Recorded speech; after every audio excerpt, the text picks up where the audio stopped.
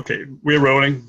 Så, god aften, og velkommen til denne her session her, som tydeligvis er præget af sommervejret. Det gode sommervejr, som er kommet fuldstændig bag på os her i dag. Vi har i aften glæden af at have Christa Campsall som gæstestaler. Og jeg vil gerne gøre opmærksom på, at Christa har skrevet nogle bøger om undervisning efter 3-principperne, som man kan finde inde på www.1-talks.com, hvor de figurerer, og hvor man kan købe dem og bliver henvist gennem et link til amazon.com.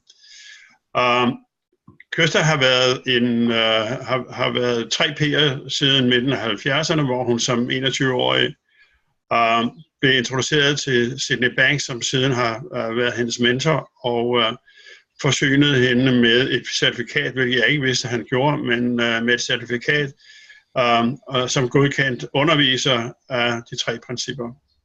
Så hun har været i gang her i rigtig, rigtig mange år, og det er den viden, som hun i dag gerne vil dele med os. Når vi er lidt tyndt besatte her, så vil det ikke få nogen betydning for kvaliteten af den her udsendelse, for vi taler simpelthen, som vi ville have gjort, hvis I havde været mange.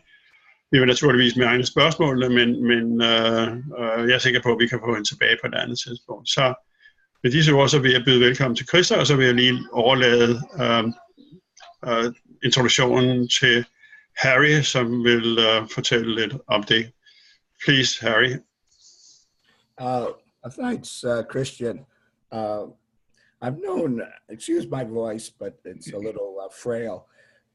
I've known Christa since the 70s, with Sid Banks on Salt Spring Island.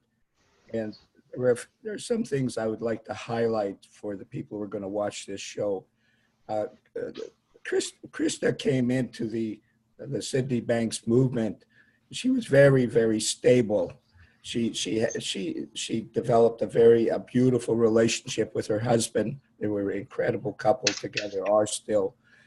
She was a very good mother to her kids, and her kids are really bright lights in normality of life.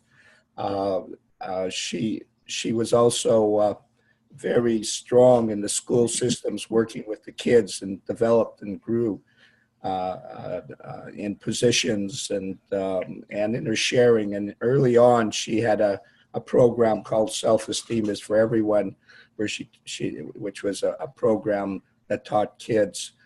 And now she has a book that she'll talk about, a series of books for the kids and so on. But the most impressive thing I found about Bob and Christa, besides their incredible ordinariness in the wisdom of Sydney Banks, which is really his message, is that we are a very wise people, but we have to be ordinary. And Christa really has personified that. What I found very impressive was that she, when Sydney Banks moved back to Salt Spring, he was lonely. He didn't have any friends there. And Bob and Christa moved to Salt Spring. They gave up their life in Vancouver and moved to Salt Spring Island. Bob had to start a whole new job, and Christa back in the school system. And they had what I would call a treasure chest of beauty with Sydney Banks personally together. And in that time, I saw an enormous growth in Bob, from that exposure and her loyalty to them. And it was obvious Sid and the Campsalls were very, very, very, very close, not just kind of close. And that really meant a lot to me, because I do not feel that Sydney Banks, even at this point, is treasured at the level of what he has contributed. And so you'll probably catch a bit of that feeling from Bob and Christa. The other thing with her new books that she's written with Jane Tucker, I took it. My daughter's a teacher, and I taught it. I taught pieces of it. I took pieces that I liked in it, and primarily they were the stories the beautiful stories, and the kids really related to them. I love telling stories, and especially to the kids, and the sharing was fantastic. So it became a vehicle of expression for me, and it helped my daughter as well to become a better teacher, and for me to become more related to the kids. And how can I share not only a beautiful feeling, but talk a little bit about the spiritual, psychological mode of life. So with that small introduction, Christa, why don't you just go wherever you feel like you want to go? Thank you, Harry. Yes, Harry and I have been friends since the mid-70s, it's true. And what a journey, hey? So I'll start just briefly with what intrigued me and how I even got involved with the three principles. I'm going way back now. I was 21 years old, 1975, and attending the University of British Columbia in their education program and in training to become a public school teacher. And I was very disillusioned because I was pretty with it. I was pretty able to take on all the methodology and all this that I was learning and able to facilitate that. But I found that the students who were really struggling, either really acting out with bad behavior or just really shut down and internalizing their hurt, I really couldn't reach them. And to me, I thought, well, maybe I'm not cut out for this because I'm not reaching everyone. And so I took a year off and went to Europe and traveled around, went to university in Germany and took a job and did all that kind of thing, and came back and thought, well, I'll just try once more, and I may change careers because I just am not able to help these youth. And they were these youth are in every class, as we know. It's nothing to do with having money or having a stable home, or it's nothing external. Some youth were struggling. So I was just starting my very long-term practicum with the University of British Columbia.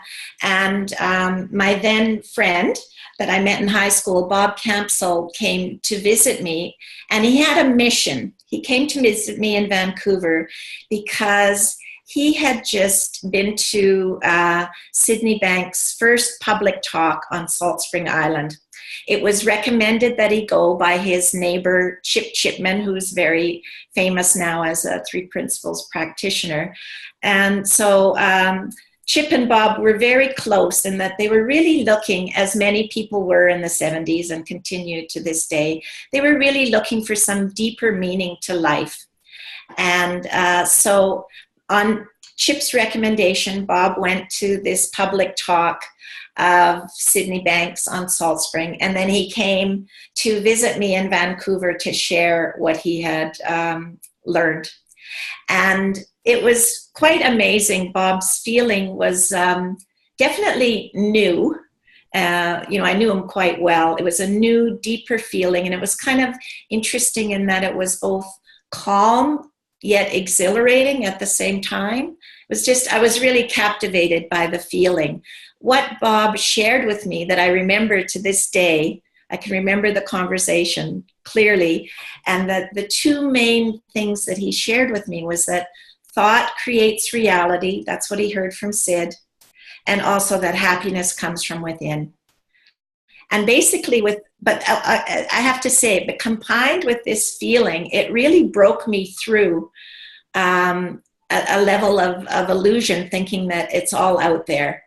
And even though I didn't understand, and I'm still exploring this today, that thought creates reality, but there was something about that word thought. I'm like, oh, because I had a very a good upbringing and was educated in moral ideas and so on. So I was pretty, as Harry says, I was pretty stable, doing pretty well.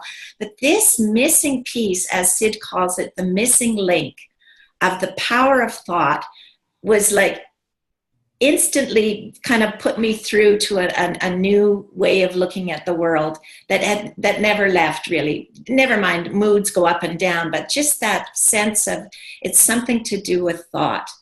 So going back into the classroom, armed with this newfound knowledge and feeling, what I found was, looking back, I think what happened is my intellect settled down, and I was able to then be present with these students who were shut down or acting out. And through this presence and this connection, I was able to say kind of the right thing, do the right thing. The most important thing is I was able to connect. And with that connection with the students and my loving guidance and also the ability to build skills, it was really magical. It was really a happening classroom, so much so that the professors who came and graded you, they were really kind of, wow, this is quite something. In a certain area, the rapport and the ability to help students connect and grow was considered outstanding. And it was really nothing I did. It was so natural to just experience the intellect calming down and the wisdom, which I must say at certain points in our lives, the wisdom comes forward and guides us, but it was always kind of a hit and miss kind of thing. You know how, I had this beautiful feeling and I was on a mountaintop. So you want to go back to the mountaintop because that's where you had the beautiful feeling. But this was deeper. It was really that the answer was within me. And happiness was within me. And so I had everything I needed. So I guess almost needless to say, I carried on, and I was very inspired and delighted to not only have great skills with teaching the academics, but also with helping students find their own happiness within. And once you have that stability and access your own wisdom, as I was saying to Christian before we started recording, then the academics fall in place. So it's really where we start, is that beautiful feeling of I'm accepted for who I am right here and now. There's nothing to fix. There's nothing to do. Let's get to work. And from there, build the skills. Some of these students, I would work with older kids, and it can be a little bit intimidating to work with a student who's, let's say, 15, 16 years old and working at a grade, at the same level as a kid who's 7 or 8 years old. But what I find with this 3 principles understanding is help that student see who they are, and you honor them for who they are as a worthy human being.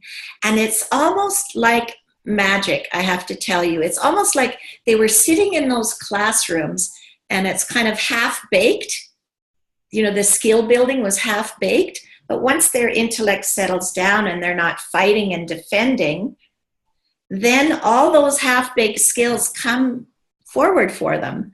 And you don't need 8 years to fill a gap of it happens very, very quickly, because of course now their intellect is much sharper, and once they have that confidence and that feeling, either you're fighting it or you're working on it, right?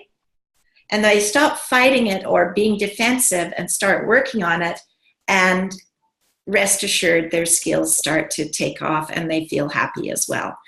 And the beautiful thing about that is that it has such a tremendous ripple out into their lives. As one of the notes I got about this talk is that it would be about parents. Well, the ripple out, if a child has been struggling year after year after year, some struggle from the first day of preschool when they're 3 years old, and then to find that peace, to be able to use their intellect as it was meant to, and start finding honest success with their academics, how grateful the teachers are that the issues are settled down, how tremendously grateful the parents are that their child will be successful, is being successful, and will be successful beyond high school.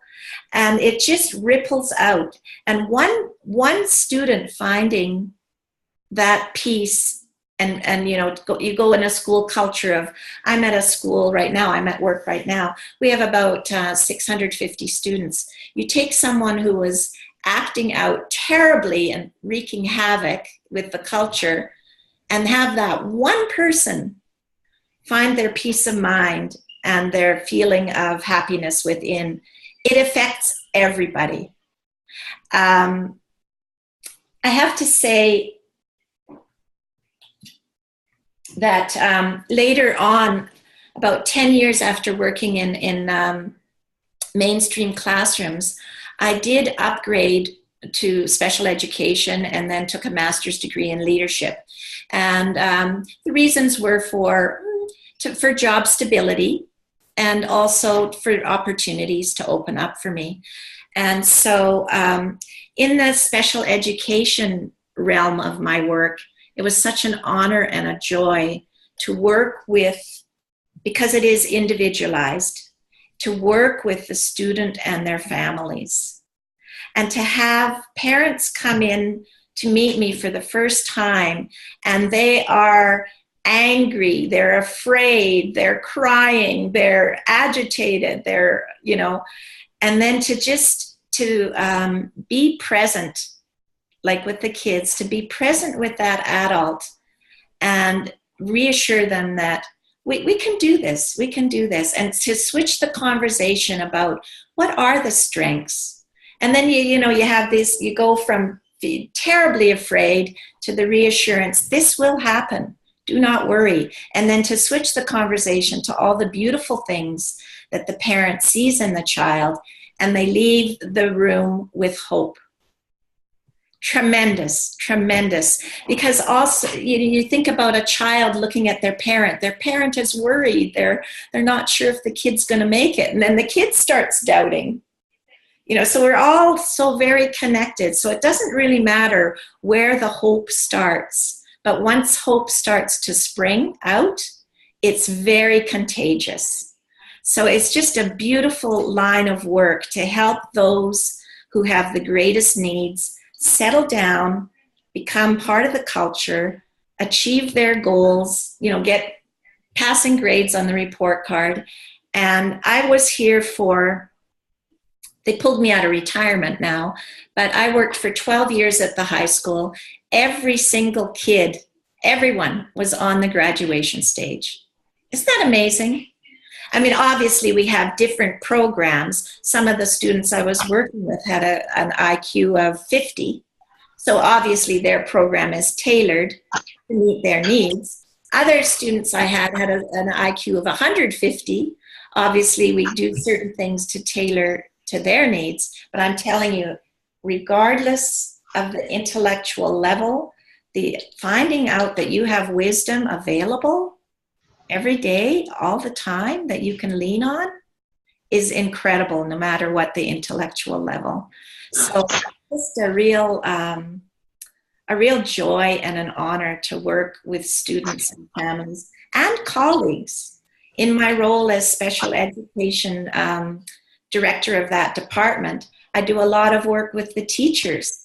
And it's interesting, you'd have a student who's acting out, and everybody's just like, how do you get him out of here? How do you get her out of here? Just get him out of my face, right? To go and meet with the teacher and tell that child's story. And, I get special education files that are, let's say, 2 inches high of paper, of all the things they've tried and all the complications and challenges. But to boil it down to a story to share with the teachers, and then out of that becomes empathy.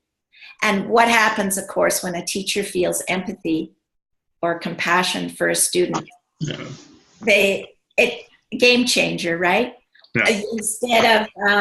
Instead of this tug of war of defense, offense, there's a gentler way. And then, of course, as we can imagine, the kids don't feel as defensive. They're not as ready to fight. They feel safe, and everything starts to settle down.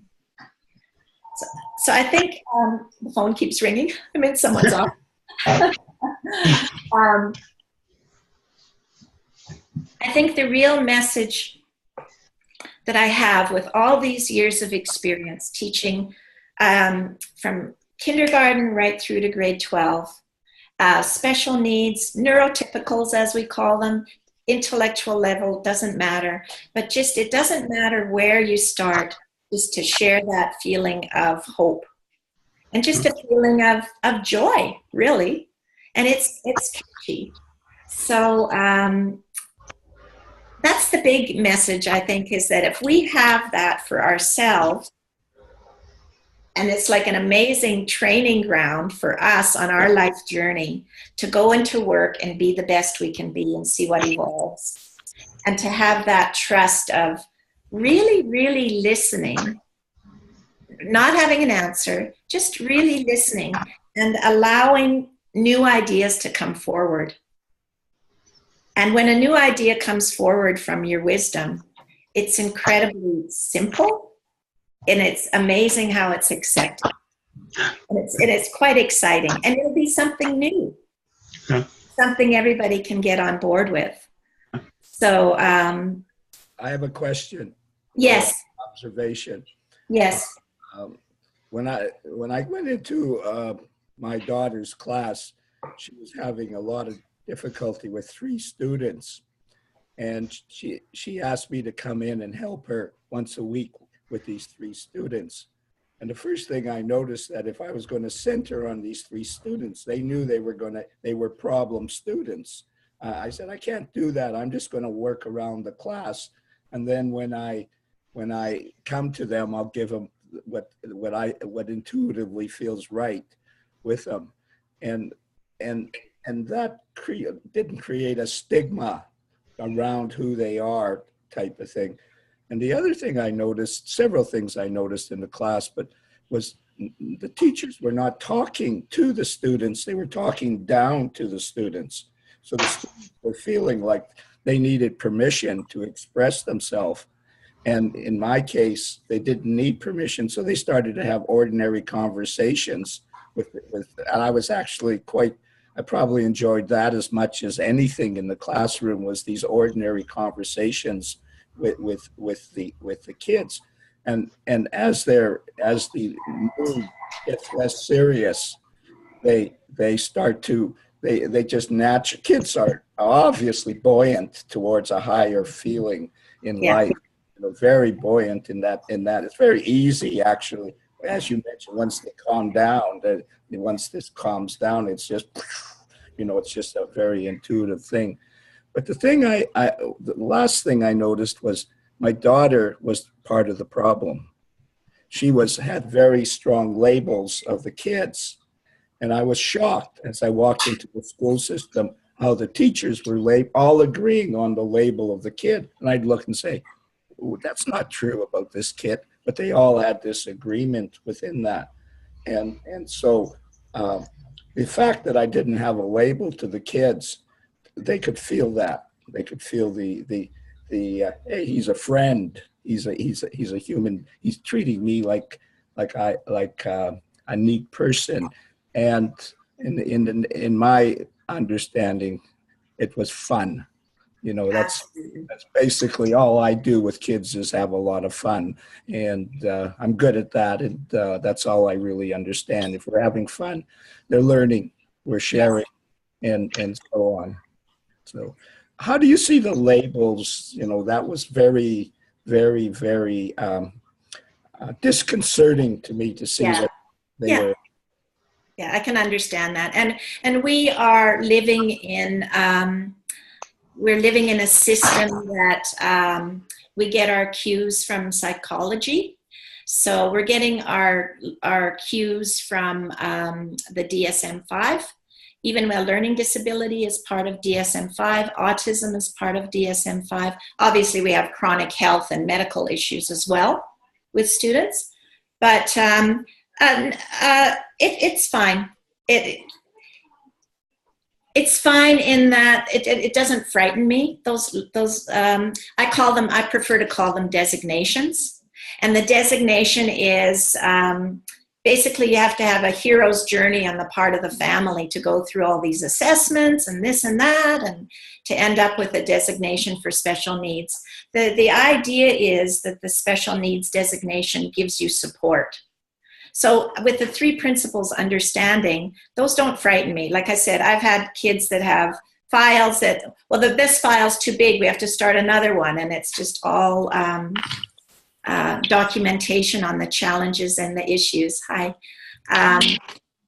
if you look at it from a 3 principles point of view, this is entitling that student to a designation. We offer them support, understanding about thought, understanding about happiness comes from within, and then when I get a big psychology report, they always they list the strengths. So you work to the strengths. In that report, it's going to say needs and strengths. The needs I'm going to satisfy with literacy adaptations, numeracy adaptations, or whatever. But we look to the strengths and we build from there. And I think I would see totally the innocence of the teachers in your daughter's school and your daughter, because that's our training, psychology, that's what they're telling us. And if someone has a behavior designation, they've caused some ruckus. And the teachers are doing the best they can to try to find a way to support that child. But we know that we can get past that. Obviously, if a child has things from birth, I'm not interested in raising the IQ. I'm interested in you having a full and happy life and being a good citizen. So I do very, very much, Harry, see the innocence of the teacher's situation, and it's what we have as society. But I really believe that, the director of the National Institute of Mental Health for the United States is really starting to articulate that instead of looking at all these symptoms, and there's so many, right? The DSM-5 is bigger than the DSM-4. He's now saying, let's look for something that's going to work across the board. Never mind the symptoms. What does that sound like? It sounds like 3 principles teaching about innate health. So I think society is moving in the right direction. For so long, we've been societies working with the current rules of psychology, but I'm very hopeful that things will change and shift more to let's teach the health and then see what happens. I agree with that. And I've noticed that the openness to kids and youth is much more open than the openness to adults, because people see the unlimited potential that we're trying to tap into and express. And so I, when talking to my daughter, I can't help but be impressed by the openness as well to new opportunities, and for a deeper understanding of how to deal with problems in the classroom. Absolutely. And it's the same thing whether it's a very gifted student, one that's challenged, or it doesn't matter. All we can do is build people up. That's all we can ever really accomplish. If we're looking at what's lacking, we really can't get anywhere. People get defended, and when you want to defend yourself, that's cognition, and then wisdom has a little bit of a struggle getting through. I'm not stuck. Christa, could you tell me, you've been working with us so long time as you have you been following some of the students to see how they're performing later in life, etc.? That could be interesting to hear. Funny you should ask. Back in 1991, we had a curriculum called Self-Esteem is for Everyone. And it really was addressing innate health, the power of thought. And so my colleague on Salt Spring Island was in charge of special education. And he got all the high school kids that were having trouble, and we made 2 self-esteem for everyone classes. And we worked, it was about November when we got it going, and it went right through to the end of June. We had family settings. We had kids in their grades 9 through 12, and they were there for a real variety of reasons. Some were belligerent, some were acting out, some were just skipping, some were so depressed their head was down. We just took them all. And it was remarkable what, by the end, I still have their final exams of what they were able to articulate. Some were very, had major trauma, some came from abusive situations, and how those students grew to see that they were worthy human beings and deserving of a happy life. And I'm here to say that the ones that I'm able to see in the community, it's incredible. Here's a sweet story. One girl was, she was in grade 9 when we did this program. And a couple of years ago, when I was just ready to retire, who shows up at my door but this girl who's now a mom of a grade 9 girl. And happily, happy life, this caring mother looking after her child's needs around math. And I'm just like, wow, I'm going to interview her and just see what she remembers. But absolutely, you see the long-term effects. And I feel it myself in my own life because I'm a grandma now. So absolutely, thank you for asking. It's just a real pleasure to see how once you find that health within you, I'm here to say, like those kids, that was like 20 years ago, and for me it's like 45 years. That once you get a clue, you're just on the journey to having that go deeper. Absolutely. Christian, one of the outstanding results of Salt Spring Island is the kids. Yeah, exactly. I mean, Christa will talk about her kids. Beautiful kids, not kids anymore. Excuse me. No.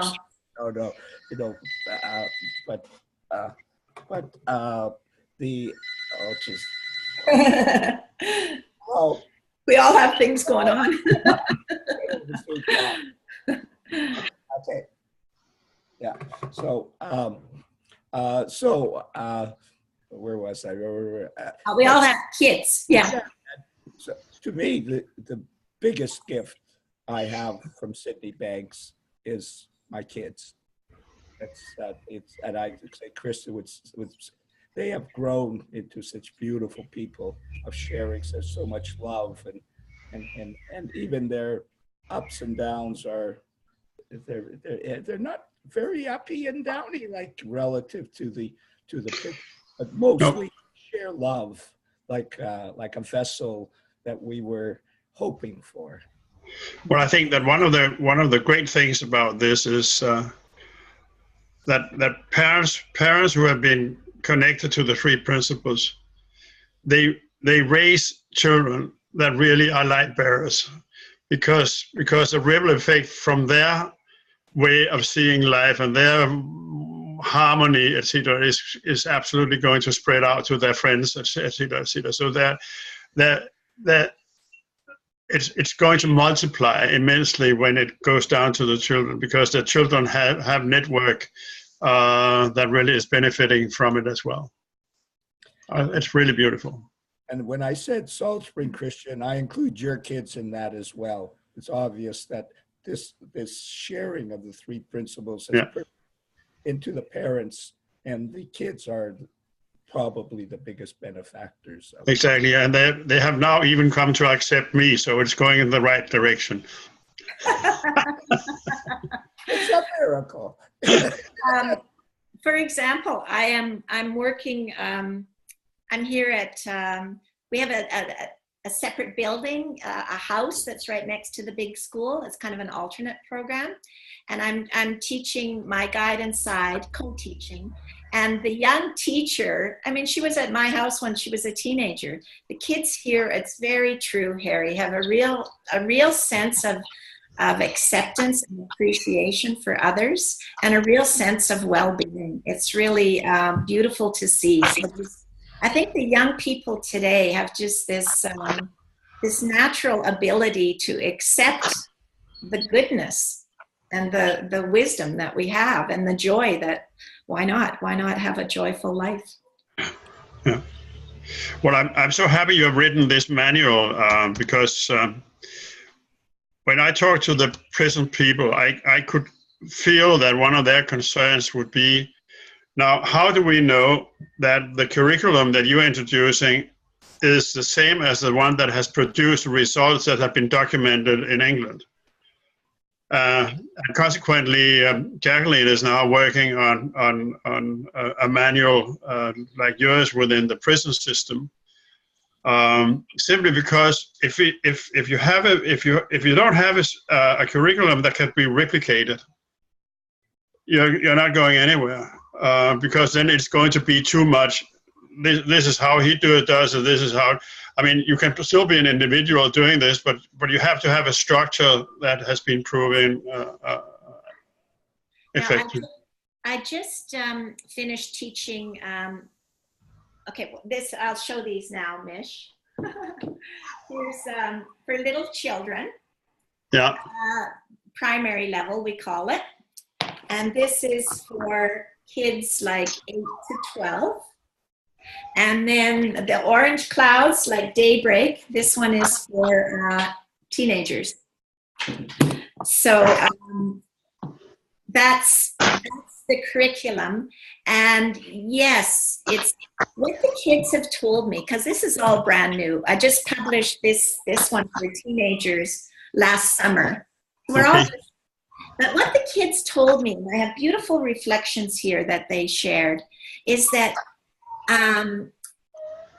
they get little glimpses of this in life, but this is structured and it's condensed, so you can really kind of accelerate your journey of knowing.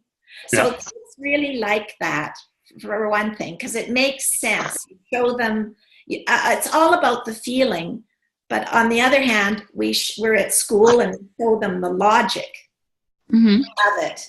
And showing them the logic is just good for everybody, because you can kind of take your science brain and go, well, yeah, that's how it works.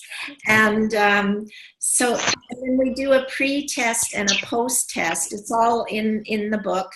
And so it's very much designed to appeal to the youth, because it has the beautiful stories. Everybody loves stories. And then it also appeals to our education system to kind of show that we know what we're doing. We know what we want to do. Here's the research to back us. Here's the beautiful stories. Here's the assessments we can use. So it's a huge package, and all goodwill. We just want to help. May I ask, I'm sorry, I don't know much about all of this. I'm sort of new to this chat, but where could I view or see or use these packages? They're on, you have Amazon in Denmark, yeah? Yeah, no, I'm in London. Oh, I'm in London, but yeah, I do. Yeah, it's on Amazon. Okay, so I'm not familiar with the names and all, but perhaps afterwards we can chat. Miss, you have a web called www.ed-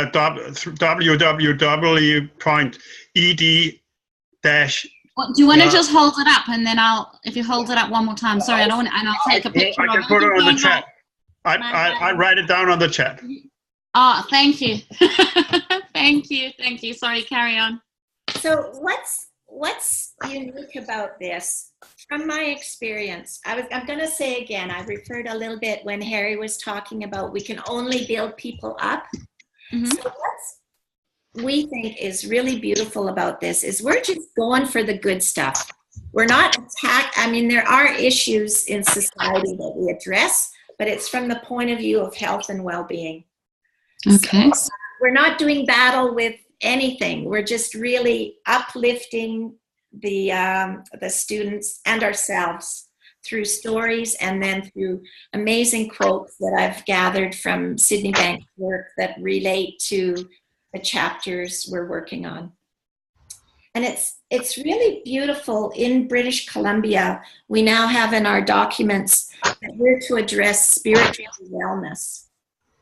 So now, finally, I'm, I was raised to go to church. I don't anymore, which is fine. But finally, our public education has separated spiritual from religion. And we are free to discuss spiritual wellness and that connection, just that connection to something bigger than ourselves. That previously, Harry, it was a little bit not okay, because that was the church's domain. Now society has grown to the point where we realize, well, if you go to church, that's fabulous.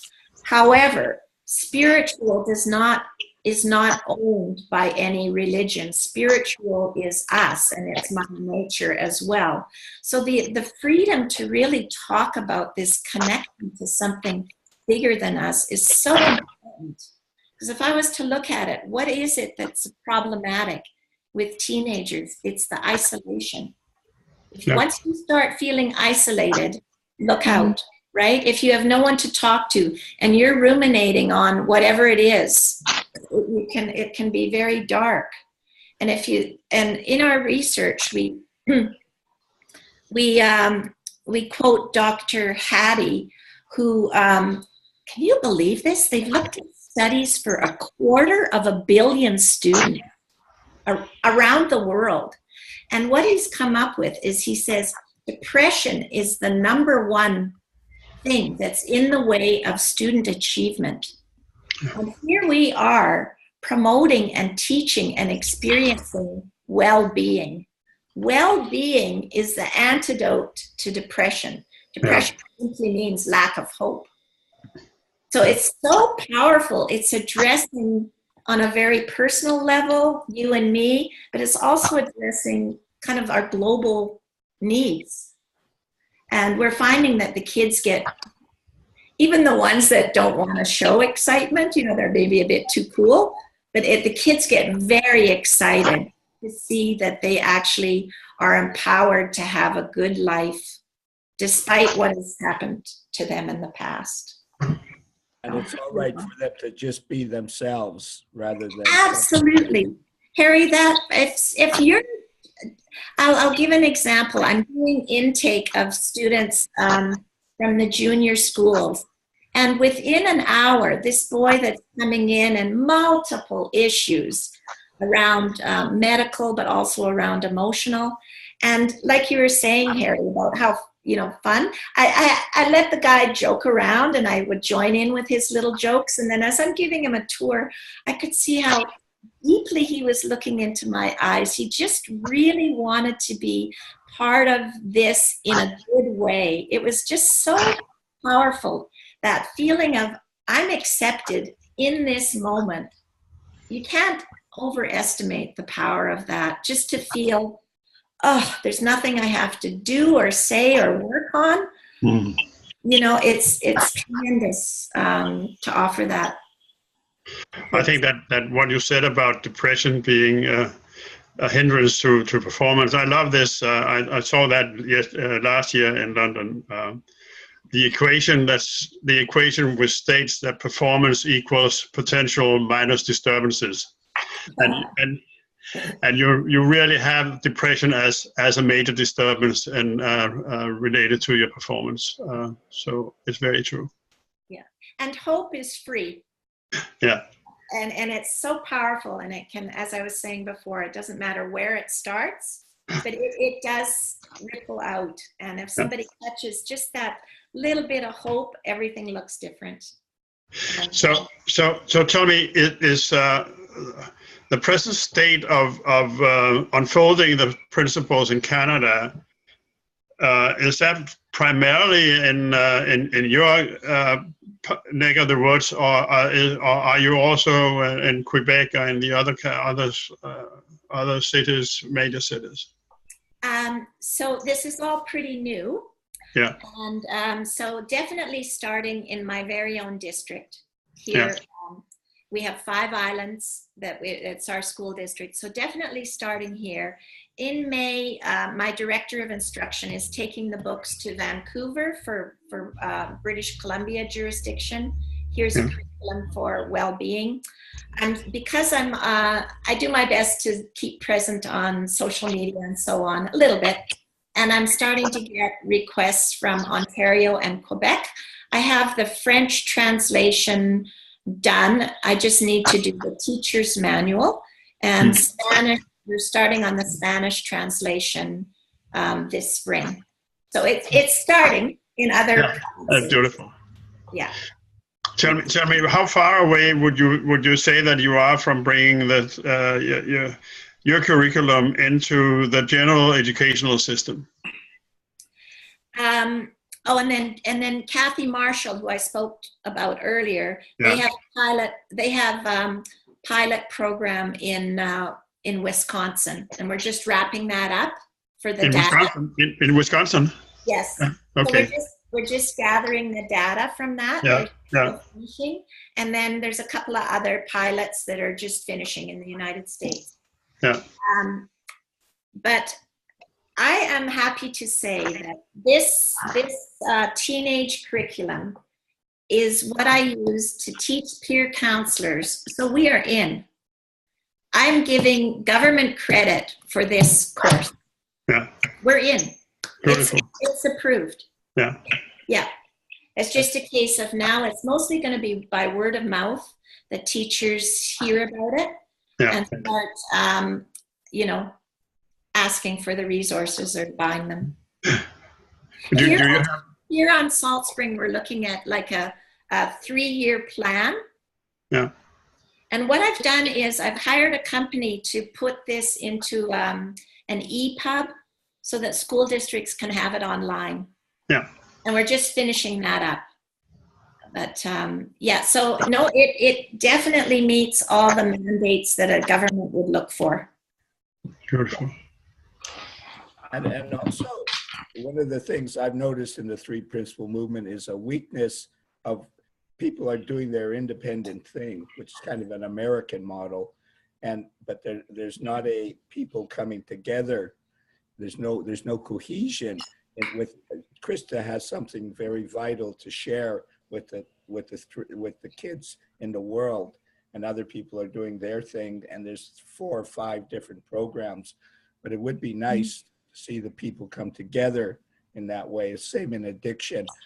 Everybody's doing their own thing and stuff, but there's a weakness in individual independent growth where people, like one day I would imagine there'll be a cohesiveness where Christa could sit on a board or a panel or contribute in a brainstorming session and how to help other people in other areas to implement these very successful. That's my dream anyway.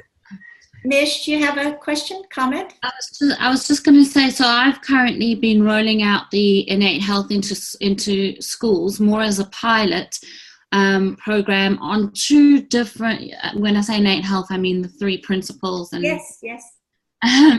And I've done it formally through a specific program, and then I do it myself informally just through my teaching. So on the one hand, I'm using an actual curriculum, and on the other hand, I'm there as just a normal teacher living the principles, if you know what I mean, or teaching through my own being. Yes. And I find this could be a fantastic resource. I'm very keen to have a look and try it out. Having said that, I've been multitasking, and I've gone onto Amazon, and I see book 2 and 3, both teacher and pupil, but book 1 is not available either. Is that something you could send to me? Well, book 1, there's the pilot in the United States. They were they really wanted it to do this spring, so I just have the draft layout. So we kind of rushed it, and we made it. Yeah. I need to fine tune the layout before I make it available for sale. So how is it that it looks incredible. How is it that you have book 2 and 3 but not 1? I started with book 2. I did the teenage one, and then this is the last one I did. Okay. So may I ask, and I'm happy to speak to you privately as well. I don't want to hijack this conversation, but is there anything you could share, like on email, even if I like signed a non-disclosure or whatever, just so I could see where it's going? Are you working with primary age? Yeah, I do. I do work specifically with primary age, and I have my other like curriculums and my bookshelf full of 3P books. This just sounds incredible.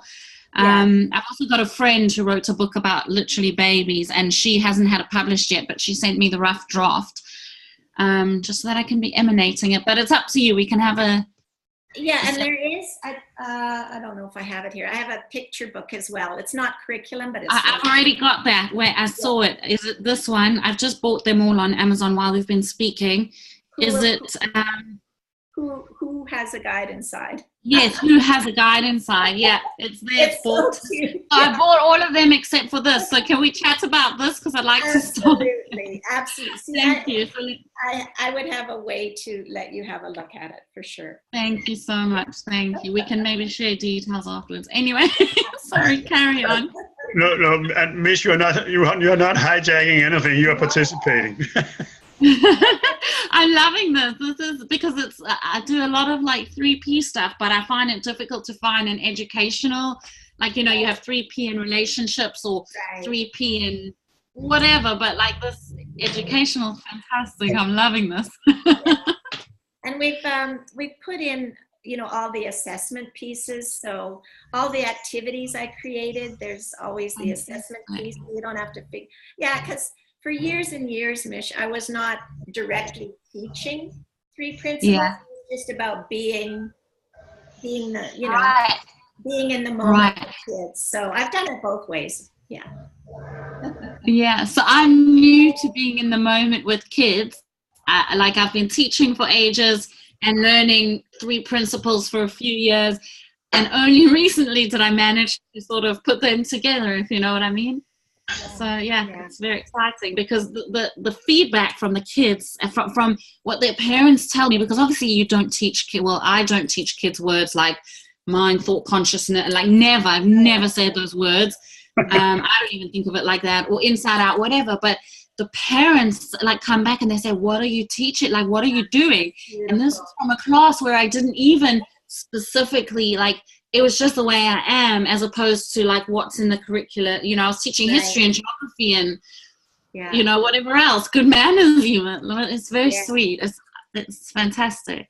It's so powerful, isn't it? It really becomes a foundation. And there's that thing about it ripples out. It really does.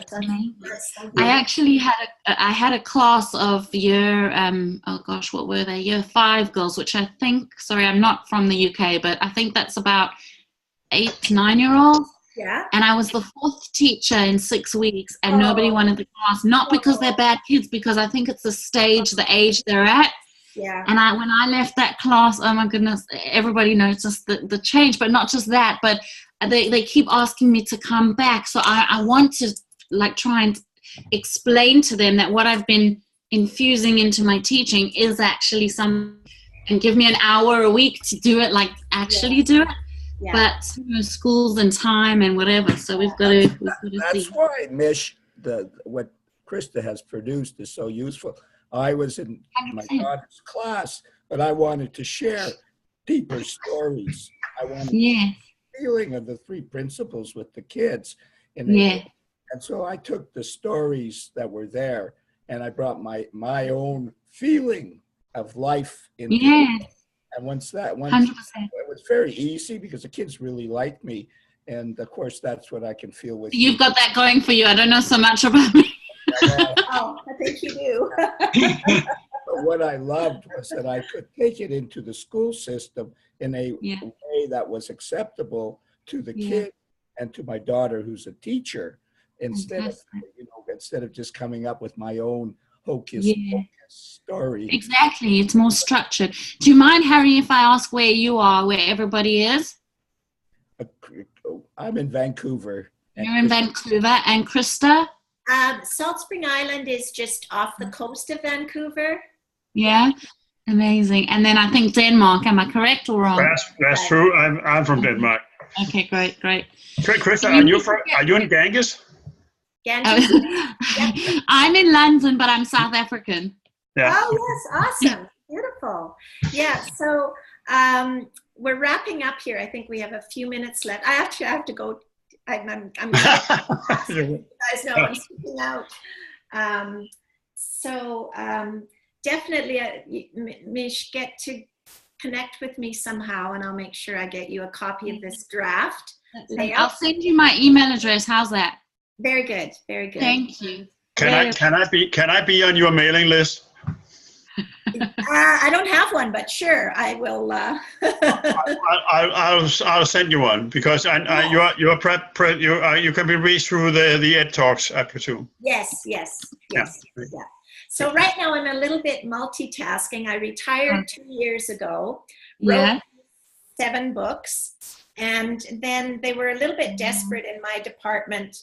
They called me end of September. They were really, someone didn't come back. And so they were very short, and there was a tragedy that happened in our community. So I came back to work full-time at the high school, which was unexpected. But so I'm a little bit multitasking with doing my full-time job and me too. Yeah, you too. I do so many things. Yeah. Okay. Oh, it was really nice to meet everyone. Yes, you too. Yes, absolutely. Christa, thank you very much for showing up. It was very lovely. I think we can all agree that it's about the feeling that we share.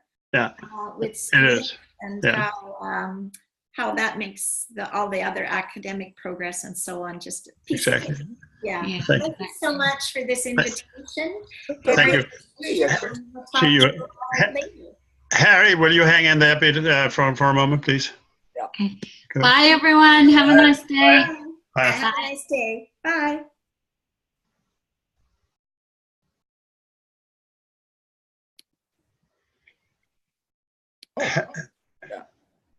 So, Harry, with regards to... Of course, and so on, and deserves to be seen, to be honest. Yeah. Oh dear, I haven't stopped the recording just or so. Well, you can cut it off.